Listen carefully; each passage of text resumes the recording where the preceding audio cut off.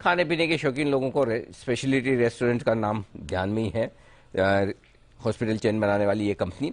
आइए एक बार मैं आपके सामने नतीजे रख दूं और उसके बाद हम टॉप मैनेजमेंट से करेंगे मुलाकात। नतीजे 10% आय बढ़कर आई है इस कंपनी की और पहुंची है 72 करोड़ के आसपास। कामकाजी मुनाफा लेकिन घटा है, 24% घटकर आया है, 8 करोड़ 8.25 करोड़ के आसपास रहा है। मार्जिन 16.5% से 11.5% के आसपास आए, तो मार्जिन पर दबाव ज्यादा दिखा है और यही वजह है मुनाफा 8.5 करोड़ से घटकर 3 करोड़ रुपए के आसपास आता हुआ दिखा है। आइए स्वागत करते हैं कंपनी के चेयरमैन और मैनेजिंग डायरेक्टर अंजन चटर्जी साहब हमारे साथ कार्यक्रम में शामिल हो रहे हैं। अंजन सर, बहुत बहुत स्वागत है, धन्यवाद हमें समय देने के लिए। सर सबसे पहले ये बताएं कि इतने मार्जिन क्यों गिर गए, क्या वजह है सर? देखिए, आपको तो मालूम है पिछला साल पैंडेमिक का था जी, और इस वक्त सरवाइव करना बहुत बड़ी चीज थी। तो हमने सरवाइव, रिवाइव और थ्राइव की तरह से एक इंटरनल प्लेज दिया था। आप देखेंगे कि हर जगह पर इतने timings, particularly the fourth quarter, Jan Feb March में हमने देखा कि वक्त ही अलग था, क्योंकि दिसंबर मिड से जनवरी पूरा का पूरा वॉश्ड आउट हुआ था। फरवरी में कुछ लोग वापस आने लगे। That's the best quarter of the year. तो वहां बहुत बड़ा प्रेशर रहा, अगर आप देखें क्वार्टर से क्वार्टर मिला के। तो ये एक था। और ओवरऑल आप जानते हैं कि पैंडेमिक के टाइम पे कुछ लोग आए, कुछ लोग नहीं आए, कभी ऊपर कभी नीचे, इस तरह का हुआ। इस स्ट्रगल के अंदर भी हम लोगों ने, मुझे लगता है कि we have been able to perform respectably and काफी कुछ सीखे हैं हम। जैसे मैंने पहले भी कहा था कि कंपनी का पुनर्जन्म हुआ है और इस सीख को लेते हुए हम आगे बढ़ रहे हैं। And I am very sure that going forward we will do better. Sir अभी आजकल कोई भी रेस्टोरेंट में जाओ, और आपकी रेस्टोरेंट में तो स्पेशली ये है कि फुल रहती है, जगह ही नहीं मिलती, वेटिंग है। मतलब मैं वीकेंड पे भी, मतलब आप मॉर्निंग ब्रेकफास्ट में जाओ, मतलब लाइन लग रही है, वैसा ऐसा लग रहा है कि होटल में नहीं लंगर में जा रहे हो, इतनी भीड़ है। मतलब वो अच्छी बात भी है। तो ऐसा बताइए सर, फिर पैसा क्यों नहीं बन रहा? मुझे ये समझ में नहीं आया कि तब तो आप मार्जिन अगर कम हो रहे हैं, कॉस्ट पास ऑन भी कर सकते हैं, दाम भी बढ़ा सकते हैं, तो फिर डिमांड में दिक्कत नहीं है, तो फिर इसमें दिक्कत क्यों? सर, ये डिमांड में दिक्कत अभी नहीं है। आप करंट क्वार्टर की बात कर रहे हैं, उससे पहले ओके। जनवरी, अगर आप जनवरी, फरवरी, मार्च देखें, तब भी लोग टेंटेटिव थे, बूस्टर्स लग रहे थे। दिसंबर जनवरी तो गया था पूरा। उसके बाद से हमारे पूरे साइकिल को चेंज हुआ, अभी कॉन्फिडेंस आया है सर। जैसे आप जानते हैं, ये 2 महीने से लोगों का कॉन्फिडेंस बढ़ा है कि लोग निडर होकर खाना खाने बाहर जा रहे हैं। तो ये अभी आप जानते हैं, रिवेंज ईटिंग जिसको बोलते हैं, वो चल रहा है। और अभी आने वाले टाइम पे देखिए, लोगों ने, उनका काफी पैसा जमा हुआ है, जो खर्चा नहीं हुआ है 2 साल से, लोग बाहर जा रहे हैं और ये ट्रेंड होता रहेगा।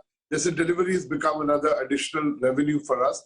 तो मैं बहुत ही बुलिश हूँ आने वाले वक्त को देखते हुए, हमारी सीख को देखते हुए अगर हम चलें, जो हम चलेंगे, इंशाल्लाह things will be much better. Full, बहुत बढ़िया। तो सर फिर जरा, अब इतने आप पॉजिटिव साउंड कर रहे हैं, बुलिश देख रहे हैं, तो जरा एक बार वित्त वर्ष 2023 के लिए, ये पूरा साल जो अप्रैल से मार्च तक चलने वाला है, इसके बारे में जरा आउटलुक दें। किस तरह की revenue growth, profit growth, margin वगैरह आप उम्मीद कर रहे हैं सर?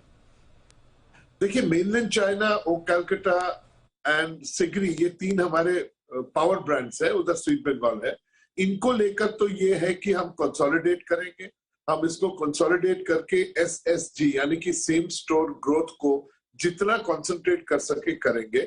और ऑप्टिमाइजेशन की तरफ से जहां जहां हम प्रेजेंट नहीं, जैसे आप जानते हैं मेनलैंड चाइना या ओ कैलकाटा एक पावर ब्रांड है, 28 साल से हम एस्टेब्लिश्ड है, तो उसको हम एक्सटेंड कर रहे हैं क्लाउड किचन में। जो मैंने पहले भी कहा था, ब्रिक एंड मॉर्टर जो रहेगा रेस्टोरेंट, वो तो रहेगा ही, और भी एडिशनल होंगे, लेकिन उसके साथ क्लाउड किचन जिसमें कैपेक्स बहुत कम लगते हैं और अपनी तरफ से वहां पे जो whole economics are much better, return और इन्वेस्टमेंट भी आता है, जल्दी आता है।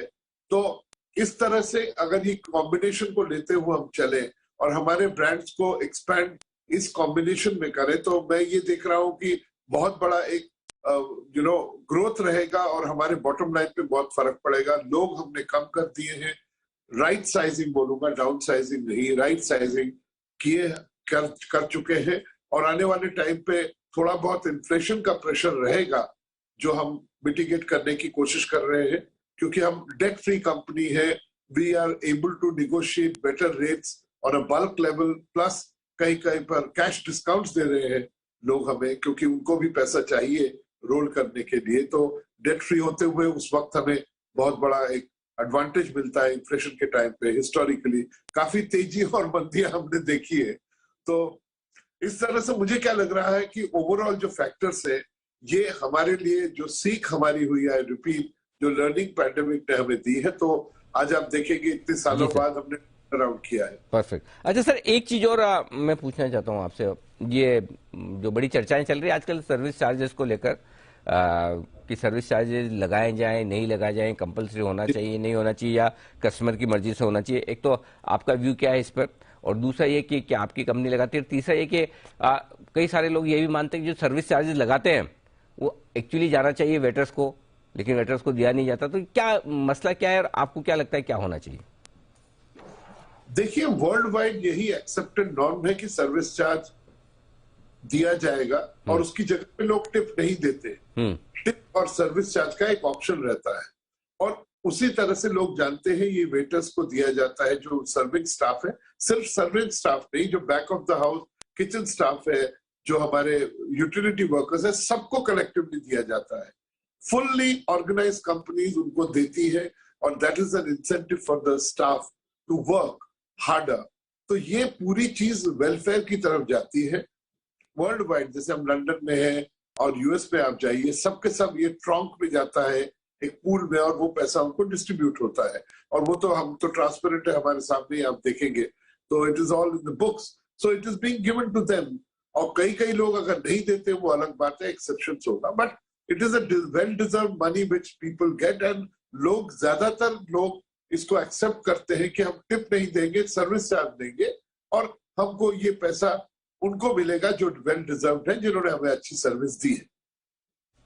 ठीक बात है। चलिए, डिबेटेबल इश्यू है कि कंपलसरी होना चाहिए नहीं होना चाहिए, अगर कस्टमर को सर्विस पसंद आए तो दे या नहीं दे, और वो भी है कि सब में जाता नहीं है। बट एनीवे, सबका अपना अपना व्यू है। सर, बहुत बहुत धन्यवाद समय देने के लिए और नतीजों पर विस्तार से बातचीत करने के लिए। अंजन चटर्जी साहब बताते हुए कंपनी।